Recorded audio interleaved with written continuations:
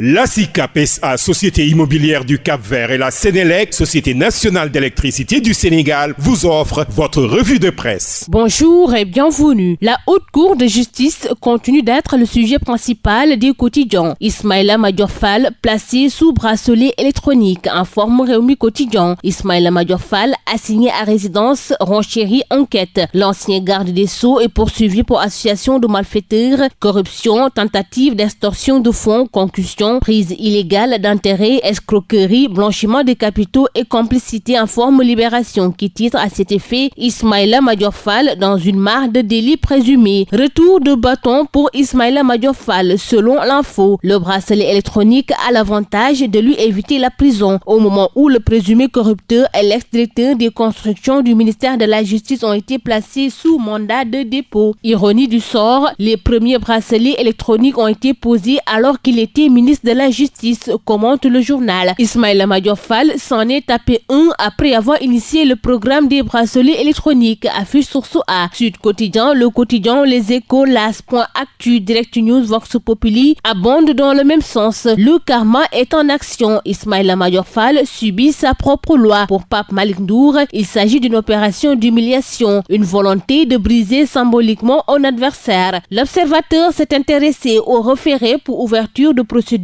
pénale et titre zone d'ombre d'une opération fantôme à 17,495 milliards de francs CFA. L'État, la Banque agricole et les conventions de substitution de débiteurs sans aucun lien formellement établi de justification solide. Plusieurs sociétés sont citées dans ce montage au compte trouble, dont Tracto Service Équipement Afrique, Agripo TV, Jamari SA, Center, Complexe, Zotou Établissement, Moussa Gaye, Falilou Mbaké, Bioénergie Green, Fadema, Sahui, Yanawa. La manœuvre de l'État pour aider les institutions financières à subvenir à leurs besoins en fonds propres en les préservant des sanctions prévues dans la législation bancaire, à lire dans les colonnes du journal du groupe Futur Média. Pendant ce temps, Libération évoque l'exploitation de l'or à Mako après des contrôles de la douane et du fisc. Et Barassa 1, Petroleum Mining Company dans la tourmente pour 16 milliards de francs CFA. Dans les colonnes du journal, on nous apprend que l'enquête de la douane révèle des opérations suspectes de sortie d'argent du Sénégal. Petroleum Mining Company qui évoquait des paiements à son actionnaire majoritaire Bambouk Mineral Limited logé en île Maurice transige pour 8 milliards de francs CFA. L'actionnaire majoritaire en tiraillement avec Petroleum Mining Company suite au non-paiement de dividendes dus au montant payé à la douane et aux impôts. La signe devant le tribunal de Dakar. Dans le quotidien, l'on nous informe que Tahirou Sarr consigne un cautionnement bien inutile. Ses biens et son argent enregistré, mais sa liberté provisoire a été refusée. La consignation, une politique du deux poids deux mesures, relate le journal de Madiambal Diagne. Rewmi Quotidien est revenu sur les chiffres d'un déminage. 54 localités réparties dans 11 communes ont été déminées, soit une superficie de plus de 2 millions de mètres carrés. Le SAMES en grève pour prime de non-chef de service et revalorisation des astreintes, solution définitive pour la radiothérapie, informe Source A. Qui Barassa 1, Dalal Diam paralysé. Après un préavis de grève déposé depuis le 14 mai, un débrayage a été observé hier. Une journée morte prévue le 30 mai et une grève perlée avec 2 jours de grève par semaine à partir de la semaine suivante. Aux États-Unis, un Sénégalais a été condamné sur fond de malentendus, informe Les Échos. À l'origine, l'américaine voulait qu'il mette de la musique. Serigne Saliou Ndoye a répondu qu'il préférait écouter le courant. La communauté lance une pétition pour exiger justice. C'est tout pour votre revue de la presse. À vos kiosques et très bonne lecture. La SICAP SA, Société immobilière du Cap-Vert, et la Sénélec, Société nationale d'électricité du Sénégal, vous ont offert votre revue de presse.